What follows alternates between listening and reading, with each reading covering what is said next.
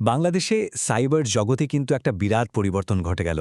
২০২৩ সালের যে সাইবার নিরাপত্তা আইনটা ছিল, সেটা বাতিল হয়ে এখন এসেছে নতুন সাইবার সুরক্ষা অধ্যাদেশ ২০২৫। তো চলুন দেখি ঠিক কী কারণে এই পরিবর্তনটা আনা হলো, আর নতুন আইনটাই বা কী বলছে। আচ্ছা, এই লাইনটা একটু খেয়াল করুন। নতুন যে ২০২৫ সালের অধ্যাদেশ, তার প্রস্তাবনার এই একটা লাইনই কিন্তু পুরো ব্যাপারটা পরিষ্কার করে দিচ্ছে। এখানে সোজাসাপটা বলা হচ্ছে, আগের আইনটায় নাগরিকদের সুরক্ষার জন্য যথেষ্ট ব্যবস্থা ছিল না, আর সেটার কারণেই অপব্যবহার আর হয়রানির সুযোগ তৈরি হচ্ছিল। তাহলে প্রশ্ন আসতেই পারে, ঠিক কি সমস্যা ছিল ২০২৩ সালের আইনটায়, যার জন্য এই পরিবর্তনের দরকার হলো? চলুন নতুন অধ্যাদেশ থেকেই এর উত্তরটা খোঁজার চেষ্টা করি। প্রথমেই যে কারণটা সামনে আসছে, সেটা হলো নাগরিকদের জন্য সুরক্ষার অভাব। মানে আইনটা এমন ছিল যে এটার ভুল ব্যবহারের একটা বড় ঝুঁকি থেকে যাচ্ছিল, যা সাধারণ মানুষের জন্য একটা উদ্বেগের কারণ হয়ে দাঁড়াতে পারত। আর এর সাথে জোড়ায় আছে আরেকটা খুব গুরুত্বপূর্ণ বিষয়, সেটা হলো মৌলিক অধিকার। ২০২৩ সালের আইনটাকে অনেকেই দেখছিলেন মতপ্রকাশের স্বাধীনতার মতো মৌলিক অধিকারের জন্য একটা হুমকি হিসেবে।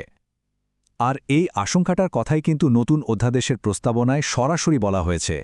তো সমস্যাগুলো তো বোঝা গেল, এখন দেখা যাক সমাধানটা কি।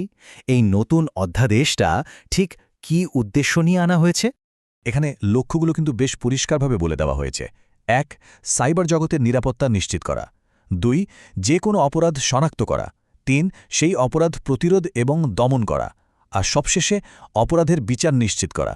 মানে সব মিলিয়ে একটা সুরক্ষিত ডিজিটাল স্পেস তৈরি করাই এর মূল উদ্দেশ্য।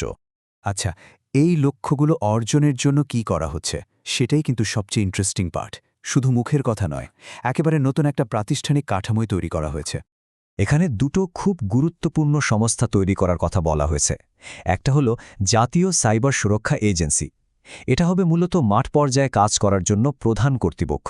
আর দ্বিতীয়টা হলো জাতীয় সাইবার সুরক্ষা কাউন্সিল, যারা পুরো বিষয়টার জন্য নীতি নির্ধারণ করবে। আর দেখুন নতুন আইনটা কতটা সুনির্দিষ্ট।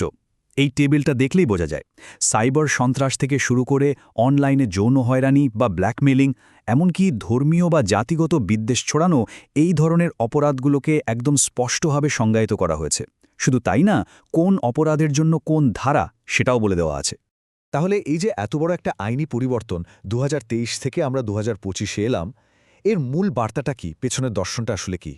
এখানেই কিন্তু পুরো ব্যাপারটা পরিষ্কার হয়ে যায়। দেখুন, একদিকে ২০২৩-এর আইন, যেটাকে একটা সমস্যা হিসেবে দেখা হচ্ছে, কারণ এটা নিপীড়নমূলক হতে পারত, অধিকারের জন্য হুমকি ছিল।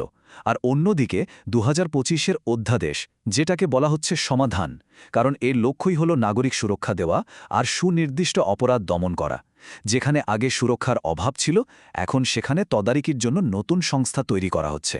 তো সব মিলিয়ে আমাদের সামনে এখন একটাই বড় প্রশ্ন, এই নতুন আইন কি সত্যি সাইবার জগতে নিরাপত্তা আর মত প্রকাশের স্বাধীনতার মধ্যে একটা ভারসাম্য আনতে পারবে? এই দুটো গুরুত্বপূর্ণ বিষয়ের মধ্যে যে সূক্ষ্ম লাইনটা আছে, সেটা কি রক্ষা করা সম্ভব হবে? এর উত্তরটা হয়তো সময় আমাদের দেবে।